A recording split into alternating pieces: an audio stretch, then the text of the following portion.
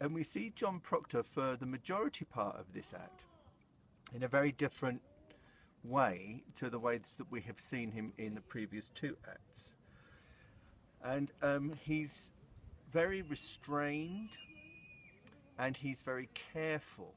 He's in court, obviously, and he's talking to Danforth, the judge. And Danforth is a very stern man, a harsh man. He tries to be fair, it seems, but he's most definitely quite hard and not easily swayed, let's put it that way. So John Proctor starts off and he is marshalling his facts. He actually is not the one who's hot-headed here. It's people like Cheever that are hard-headed here, or Giles Corey, should I say. Giles Corey, he's a bit hard-headed at this particular point, hot-headed at this particular point, and says things that maybe will go against him. John Proctor tries to calm him down. He tries to make excuses for him to Judge Danforth. So he's very reasoning. He's very clear. He shows himself to be, excellent with words and very persuasive. However, things then start to get more difficult.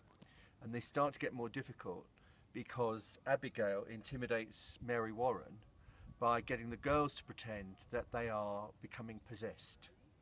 And then we see the John Proctor that we've seen in the previous two acts.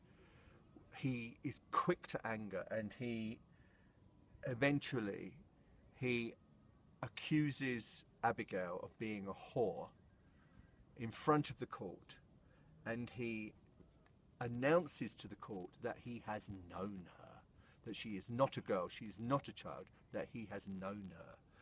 And at that particular point we see him he's losing his sense of calmness, his sense of any sense of persuasiveness, and he goes straight in for anger. And in great plays there's always a great character with a fatal flaw, and it's trying to work out what John Proctor's fatal flaw is. Is John Proctor's fatal flaw his lust? The fact that he had this affair with Abigail and that brought him down? Or is his fatal flaw his anger and his pride?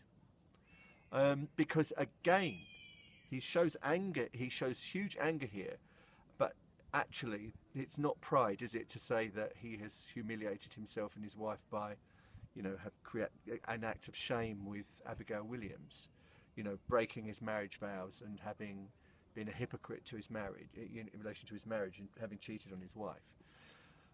So it's not pride here, but it is anger. Yet again, it's anger, and this is the thing that I'm looking at in Act 1, Act 2, and Act 3.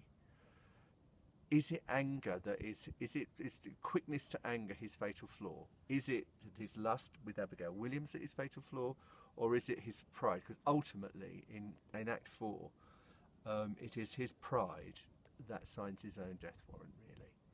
So think about how John Proctor, he starts off one way in each scene and ends up another way in each scene so far. So he tends to start off reasonable in each of the scenes and then ends up becoming very angry in each of the scenes.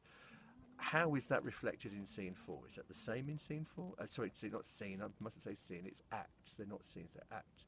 So in Act 4, the last act, think about it.